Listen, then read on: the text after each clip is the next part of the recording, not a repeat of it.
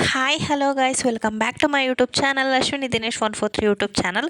So ಇವತ್ತಿನ ವಿಡಿಯೋದಲ್ಲಿ ಈ ವರ್ಷದ 2026ರಲ್ಲಿ ಬರುವಂತಹ ಮೊದಲನೇ ಗ್ರಹಣದ ಬಗ್ಗೆ ತಿಳಿದುಕೊಳ್ಳೋಣ. ಈ ವರ್ಷದಲ್ಲಿ ಅಂದರೆ 2026ರಲ್ಲಿ 4 ಗ್ರಹಣಗಳು ಗೋಚರವಾಗಲಿದೆ. ಮೊದಲನೇ ಗ್ರಹಣ ಅಂದರೆ ನಾಳೆ 17 ಫೆಬ್ರವರಿ 2026ರಂದು ಈ ವರ್ಷದ ಮೊದಲನೇ ಗ್ರಹಣವಾಗಿದೆ. ಇದು ಸೂರ್ಯಗ್ರಹಣವಾಗಿದೆ. ಗ್ರಹಣದ ಸಮಯದಲ್ಲಿ ಪ್ರೆಗ್ನೆಂಟ್ ವುಮೆನ್ಸ್ ತುಂಬಾ ಕೇರ್ಫುಲ್ ಆಗಿರಬೇಕು.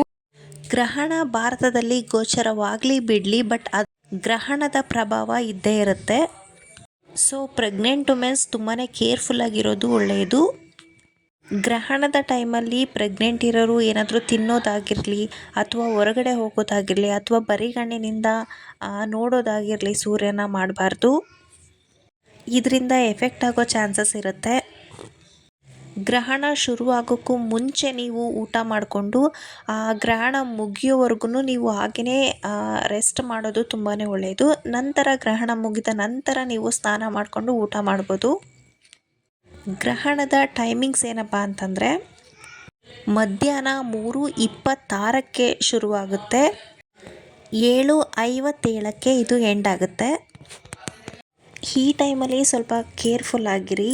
ಗ್ರಹಣ ಸ್ಟಾರ್ಟ್ ಆದಾಗಿಂದ ಎಂಡ್ ಆಗೋವರೆಗೂ ಸ್ವಲ್ಪ ರೆಸ್ಟ್ ಮಾಡಿ, ಏನೂ ಕೆಲಸ ಮಾಡ್ದೇನೆ ಹೊರಗೆ ಹೋಗ್ತೇನೆ ಆರಾಮಾಗಿ ರೆಸ್ಟ್ ಮಾಡಿ. ನಂತರ ನೀವು 7:57ರ ನಂತರ 8 ಗಂಟೆ ನಂತರ ನೀವು ಸ್ನಾನ ಮಾಡಿಕೊಂಡು ಊಟ ಮಾಡೋದು ತುಂಬಾ ಒಳ್ಳೆಯದು.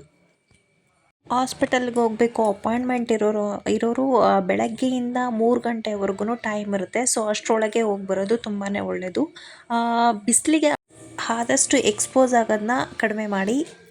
ಗ್ರಹಣದ ಟೈಮಲ್ಲಿ ಏನು ತಿಂದೇ ಇರೋದು ತುಂಬಾ ಒಳ್ಳೆಯದು.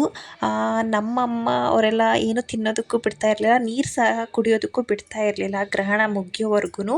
ಬಟ್ ಇಲ್ಲ, ನಾವು ತಿಂತೀವಿ ಅನ್ನೋರು ಆದಷ್ಟು ನಾನ್ ವೆಜ್ ಕಡಿಮೆ ಮಾಡಿ ಆದಷ್ಟು ಜೀರ್ಣ ಆಗುವಂತಹ ಆಹಾರಗಳನ್ನು ತಿನ್ನಿ. ಏನಕ್ಕಂದರೆ ಈ ಗ್ರಹಣದ ಟೈಮಲ್ಲಿ ಸೇವಿಸುವಂತಹ ಆಹಾರ ಜೀರ್ಣಕ್ರಿಯೆಗೆ ಸಮಸ್ಯೆ ಆಗಬಹುದು. ಸೊ ಆದಷ್ಟು ಕೇರ್ಫುಲ್ ಆಗಿರೋದು ಒಳ್ಳೆಯದು. ಓಕೆ ಗಾಯ್ಸ್, ಇವತ್ತಿನ ವಿಡಿಯೋದಲ್ಲಿ ಗ್ರಹಣದ ಟೈಮಿಂಗ್ಸ್ ಹಾಗೆಯೇ ಪ್ರೆಗ್ನೆಂಟ್ ವುಮೆನ್ಸ್ ಹೇಗಿರಬೇಕು ಅನ್ನೋದನ್ನ ತಿಳಿಸ್ಕೊಟ್ಟಿದ್ದೀನಿ. ವಿಡಿಯೋ ಇಷ್ಟ ಆಗಿದ್ದರೆ ಒಂದು ಲೈಕ್ ಮಾಡಿ, ಕಮೆಂಟ್ ಮಾಡಿ, ಹಾಗೆಯೇ ನಿಮ್ಮ ಫ್ರೆಂಡ್ಸ್ ಆ್ಯಂಡ್ ಫ್ಯಾಮಿಲಿಗೆ ಶೇರ್ ಮಾಡಿ. ಹಾಗೆಯೇ ಇನ್ನೂ ಯಾರೆಲ್ಲ ನನ್ನ ಚಾನಲ್ ಸಬ್ಸ್ಕ್ರೈಬ್ ಆಗಿಲ್ವೋ ಪ್ಲೀಸ್ ಸಬ್ಸ್ಕ್ರೈಬ್ ಮಾಡ್ಕೊಳ್ಳಿ. Okay friends, take care, bye ಬಾಯ್.